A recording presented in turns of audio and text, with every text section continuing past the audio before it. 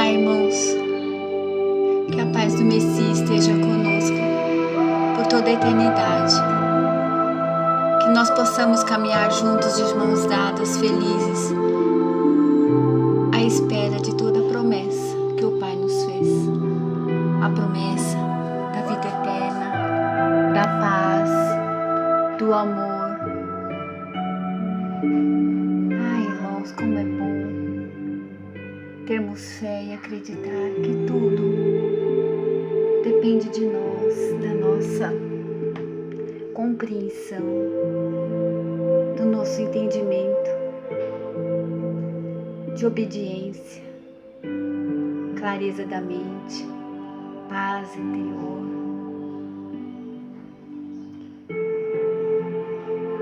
Irmãos, quando eu, na passagem das Escrituras, eu li Daniel 12, eu compreendi a necessidade que nós temos de obedecer às coisas que o Pai nos deixou. Nós temos que viver no Espírito, mas precisamos ser obedientes com tudo que Ele nos mostrou. Aqui em Daniel está escrito, Daniel 12, ora, quanto a mim, ouvi, mas não pude entender, de modo que eu disse, ó, meu Pai, qual será a parte final destas coisas? E ele prosseguiu dizendo, vá, Daniel, porque as palavras são guardadas em segredo e seladas até o tempo do fim. Aí nós perguntamos, mas como sabemos que é o fim? Porque quando o Messias esteve aqui, ele foi cumprindo as profecias da parte dele quando ele estaria aqui conosco. E nos deixou novas coisas, como por exemplo o Apocalipse, que é a revelação, dos fins, dos tempos e as coisas que o profeta ficou escondido no Velho Testamento, onde as pessoas não entenderam nada e que seria revelado a nós, porque nós teríamos o Espírito do Pai para compreender. Naquela época, eles não tinham como seguir as coisas do Pai, porque o Pai não habitava em nós ainda. O Pai estava fora das nossas mentes, das nossas compreensões. Então era preciso que o Messias viesse aqui para que pudéssemos nos limpar, nos branquear, para que pudesse o entendimento, a nossa mente abrir e receber as coisas do Pai. Aqui como diz, Daniel deveria compreender que as palavras eram um segredo até o tempo do fim, porque ia ser revelado apenas para essa geração. Muitos se purificarão, aqui no verso 12 e 10. Muitos se purificarão e se embranquecerão. O que é isso? Muitos serão limpados, ficarão limpos das doutrinas, das religiões, das coisas que os homens falam. Eles iriam abrir as suas mentes para ter a compreensão, para ler as Escrituras e entender o que está escrito. E serão refinados, lapidados. E os iníquos certamente agirão iniquamente, e absolutamente nenhum iníquo entenderá, mas os perspicazes, os obedientes entenderão. Por quê? Se você não obedece o que o Pai diz, de abrir a mente, de compreender cada palavra que o Messias, meditar nas coisas que ele diz, se você não ficar em paz, amar seu próximo e conhecer o Pai, você não entende. Você vai falar com essa pessoa e ela não vai entender, porque ela não está limpa dentro dela. É preciso se lavar, tirar todas as doutrinas, festas, dias de guarda, essas coisas que é para a carne, não é para o espírito. Você tem que fazer uma escolha, ou você vive no espírito ou você vive na carne. O que é viver na carne? A carne precisa de comprovação, precisa de afirmação na escritura. Por exemplo, eu falo do que me vem no coração. Eu não preciso olhar na escritura e confirmar para os irmãos versículos e capítulos como eu estou fazendo agora. Eu preciso fazer isso porque as pessoas estão presas na carne. E se eu falar, elas vão falar: ele está falando mentira, está inventando. Não é isso. É porque quando você fala com o coração puro, não querendo enganar, nem usar por dinheiro, nem se beneficiar, você fala do que é do Pai, o que Ele manda você falar dentro do seu coração. A sua boca abre e Ele fala.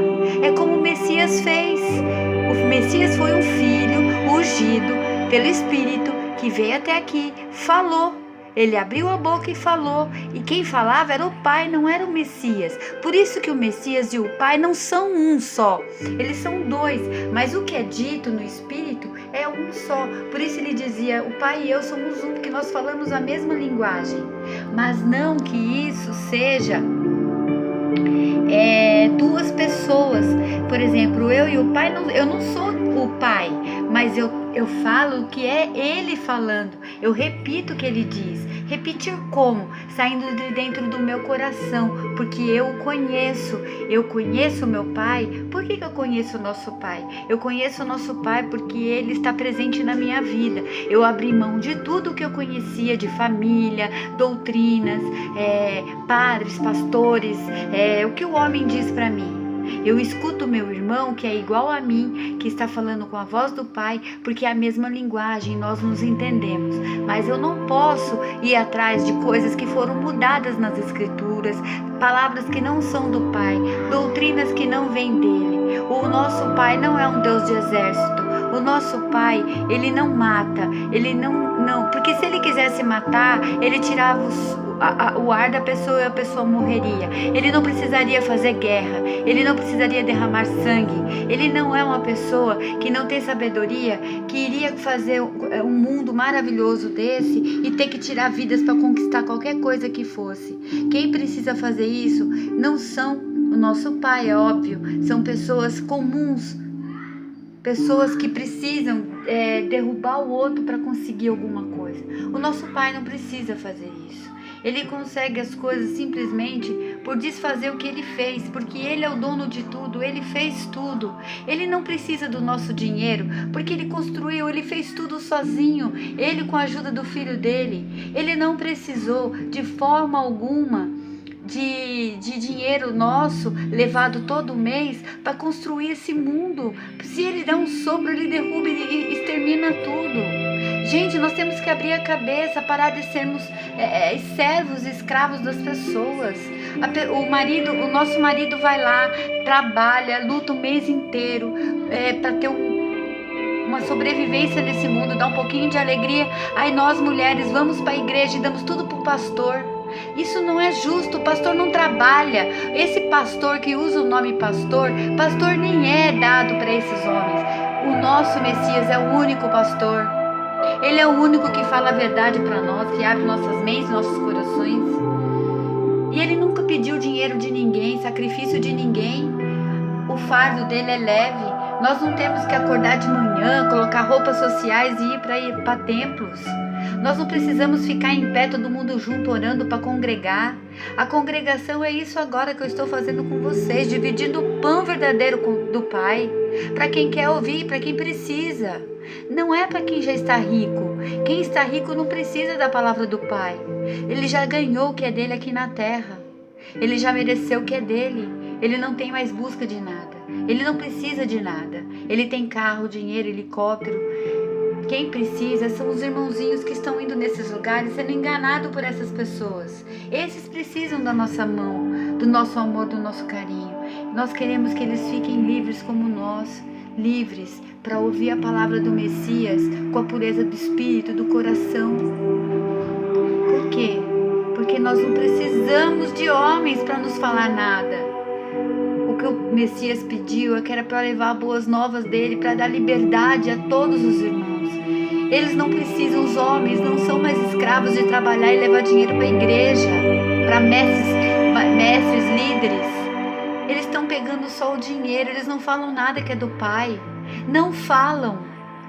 Gente, eles não falam que é do Pai. Acredite no que eu estou dizendo. Fique em paz. Você é um filhinho dele. Um filhinho dele. Ele não vai te abandonar nunca. Ele não vai. Você não precisa fazer nada. O Messias já fez. O Messias morreu para nos dar a vida. O Messias pagou o preço e nós precisamos aceitar o sacrifício, porque se nós precisamos ir na igreja, ter hora para ir lá e fazer todas aquelas coisas de levanta, senta e aquela coisa toda, para que ele morreu por nós? Se nós temos que fazer tudo isso, se nós temos que ser funcionários da igreja batendo cartão todos os dias, indo lá e falando um pedacinho da palavra para as pessoas, não é assim, gente. Acorda. Irmãos, acordam. Eu também já estive como vocês. Eu não era feliz. Eu não era feliz. Eu sentia que aquilo era uma mentira. Eu olhava os meus irmãos ali, eu tinha pena, eu tinha dó. Sabe, pessoas que não tinham o que comer em casa e levavam dinheiro para a igreja, para os homens da igreja usarem. O nosso Pai não precisa, a nossa salvação não está no dinheiro. O dinheiro é mamon. Dinheiro faz parte dos Deus mamon. Como é que você vai dar dinheiro para o nosso Pai? Você tem que conversar com uma pessoa que você está longe. Você tem que conversar com o teu vizinho. Você tem que dar atenção para o teu filho, trabalhar, levar ele para conhecer a natureza do Pai, se divertir, dar risada. Pega esse dinheiro e investe nas coisas boas que o Pai nos deu. Os animais, as plantas. Você tem um dinheirinho para pôr uma música suave dentro de casa, uma comida diferente, uma roupinha para calentar seu filho, um sapatinho para o teu filho. Vê um vizinho sem chinelo, compra. Ajuda seu próximo. O muro tá caído ali, compra uma tinta, ajuda o irmão, pintar a paredinha dele para ficar limpinha. Tem tanta coisa para fazer. Para que você vai levar dinheiro para a igreja? Acorda, você fica lá parado, depois sai de lá, continua a vida do mesmo jeito. Esse que te dá tudo é o nosso Pai. O nosso Pai você não precisa. Você entra no quarto, fecha a porta e conversa com Ele. Não precisa nem abrir a boca. Ele sabe tudo o que você precisa. Ele te conhece. Você é o filhinho dele. Ele te conhece, Ele te ama. Ele está aí pertinho de você, pertinho de nós. Uma mulher, para ser uma esposa, edificar seu lar, ela não precisa abandonar o filho e o marido em casa e o pai verdadeiro para ir atrás, como prostituta, atrás de igreja de homem. É assim que o Pai nos vê. Uma mulher que larga seus filhos em casa e larga o marido que trabalhou o dia inteiro, briga com ele porque ele não quer ir para a igreja e vai atrás de homens. O Pai diz que é prostituto, não é uma coisa verdadeira, não é dele. O que você tem que fazer? Buscar o Pai, conhecer o amor verdadeiro, tratar bem o seu marido, mostrar para ele o caminho certo, agradecer o homem bom que vai buscar o pão externo e alimenta seus filhos. Para de brigar com o seu filho porque ele está no caminho errado. Você não sabe se ele está no caminho errado. Ir na igreja não quer dizer que ele está certo. Às vezes ele está com o Pai e você vai tirar ele, vai levar ele para o inferno, para a morte. As crianças são puras. Os jovens, eles estão querendo viver, eles estão querendo ser respeitados. Mas não é soltar no mundo para fazer o que quer. Você tem que dar disciplina para ele, fazer ele conhecer o que é certo, o que é bom, o que é saudável. Dinheiro não é bom, ir nas igrejas não é bom, drogas não é bom, beber em demasia não é bom. Por que não é bom? É bom, porque tira o seu pensamento de órbita, você fica mais flexível às coisas ruins acontecerem, porque você sai do seu juízo. Você, quando usa droga, você usa bebida, você não age de maneira sóbria, você sai de si. É igual aquela passagem que dizem que o Messias foi no casamento e deu vinho para as pessoas. Ele nunca deu vinho para ninguém. O que ele fez é que todo mundo estava embebedado e ele curou as pessoas. Ele misturou água no vinho. Naquela época não existia suco. Ele fez um suco do vinho, pôs água viva ali e deu para as pessoas e curou a embriaguez. Todos ficaram sóbrios. tiraram, ele tirou o que poderia acontecer ali, um acidente, ele tirou ali uma coisa, todo mundo com facão na cintura, podia beber ali, fazer alguma coisa, ele salvou as pessoas, ele tirou a embriaguez. É isso que as pessoas têm que entender, ele não deu vinho para ninguém, isso não existe, isso não existe, o nosso Pai não daria álcool para ninguém. Acorda, gente, vocês têm que conhecer o nosso Pai, o nosso Messias, e ver a grandiosidade das coisas que Ele faz. Nós não temos pecado pelo que comemos, e sim pelo que falamos. É como Ele diz, você come, e o corpo, Ele tritura, e Ele joga fora o que não presta. Não fica nada nós só absorvemos o quê? A vitamina do que nós comemos. E se você come porcaria, você não tem vitamina, então você não pode reclamar que tem doença. Ah, pai, por que eu tô doente? Ué, procura ver o que você fez, Ele te fez perfeito. Se você tá comendo coisas que fazem mal para você, muito açúcar, muita gordura, não tem ponderação, não come uma verdura, não come uma... óbvio que você vai ter doença. Se você não se cuida sexualmente, se você bebe sem parar, se você usa drogas, se você fuma em demasia, se você faz as coisas que você... Se você não se ama, como é que você vai falar que o pai é culpado de uma doença, que seu filho tem doença? Gente, tem coisas que a gente passa para os nossos filhos, passa a ser hierárquico. Nós temos que tomar cuidado nesse sentido. Isso é amor. Amor é a precaução, é precaver, é dar exemplo. Se você falar palavrão, se você tratar mal seu filho, se você agride ele, se você bate, se você reclama o tempo inteiro, se você não tem misericórdia, como que você quer? Como que você quer que o seu filho tenha respeito? Se ele está vendo coisas desse tipo. É isso que nós precisamos entender. Tudo vem de nós. Tudo vem de nós, irmãos. Tudo vem de nós. Nós precisamos ter paz, tranquilidade, amor, sabedoria. Sabedoria não é ficar se exibindo ali que conhece tudo. Não, fazer cursos. Gente, quanto mais você estuda, mais impregnado nesse mundo fica. Você tem que conhecer as coisas como os antigos faziam, na vivência do assunto, viver aquilo. Gente, vocês querem um senhorzinho, aquele senhorzinho que está lá nas chácaras, como eles são perfeitos, como eles têm sabedoria.